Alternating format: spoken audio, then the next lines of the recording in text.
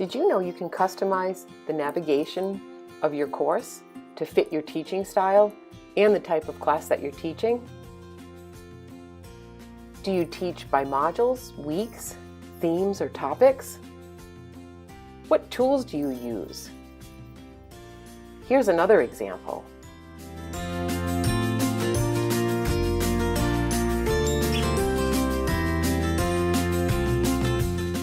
Before we get started, I want to bring your attention to the upper right-hand corner.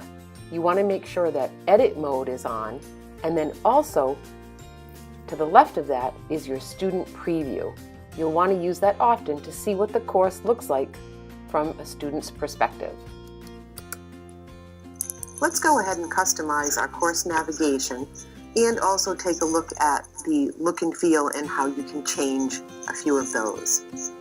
So you can see I am on my announcements page right now, and I've already customized this. If you don't need all of those other things out here, you see there's the gear wheel, which allows you to customize that particular box, or you can simply exit out and that'll remove it. So you can see I've got announcements left and a to-do list for my students. Now I'm going to move over to the left-hand navigation, and as I hover over this, you can see there's a drop down. I'm going to drop down that, and you have three choices. You can rename the link, hide the link, or delete the link. I'm going to rename my course information, and I'm just going to name it syllabus so that it's called out for students. Then you just simply hit the green check. Likewise for content, it's just not very clear, so I'm going to rename that, and I'm going to call it modules. And then as I build my content in the modules, it's much easier for students, so they'll see module 1 corresponds with one particular topic and so on. Discussions, that's great. I am going to have discussions, so I'm going to leave that. Groups, I'm not going to start off with groups.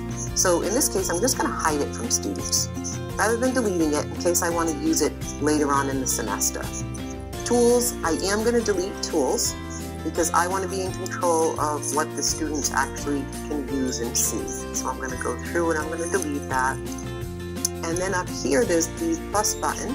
You can see you can add any content area, or you can add a tool link. Those are probably the two most popular. And you can add a web link also if there was a go-to area that you wanted to call out in that left-hand navigation. So I'm just going to go and add in my grades so that students can easily see their grades without having to go through the tools and finding the information. So now you just want to drop down and you want to highlight my grades.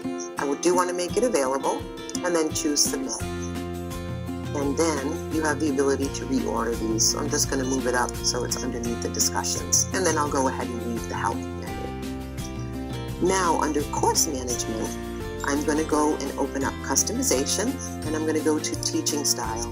Here is where you can change the color of your backgrounds, and you can also select your entry point. So if you want your entry point when students get into your course, maybe you want them to land on your syllabus page or your discussions page. You have the ability to customize your entry point.